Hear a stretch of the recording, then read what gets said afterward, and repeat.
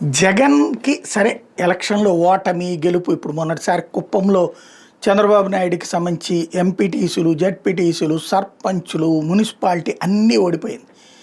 అలాంటిది మొన్నటి అసెంబ్లీ ఎలక్షన్‌లో ఘన విజయమే సాధించారు. కాబట్టి ఇవి ఒక దాంట్లో ఓటమితో అయిపోయింది. లేకపోతే ఇది అనుకుంటే అంతకుముందు 23 సీట్లకే పరిమితమైనటువంటి తెలుగుదేశం జట్టుగట్టి 164 సాధించుకుంది. కాబట్టి రాజకీయాల్లో ఏది వీళ్ళు అయిపోతారు, వీళ్ళు లేరు అనుకోవడం అమాయకత్వం.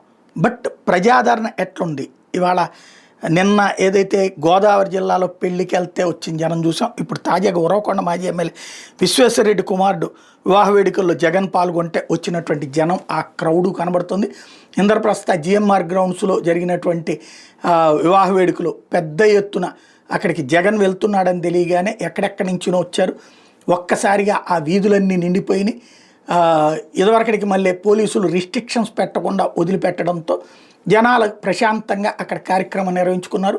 భారీ ఎత్తున జనసందోహం అన్నటువంటిది జగన్ వెళ్తే అతను క్రౌడ్ పుల్లర్ అన్నటువంటి విషయం మరొకసారి నిరూపణ అయింది. భారీ ఎత్తున జనం వచ్చారు.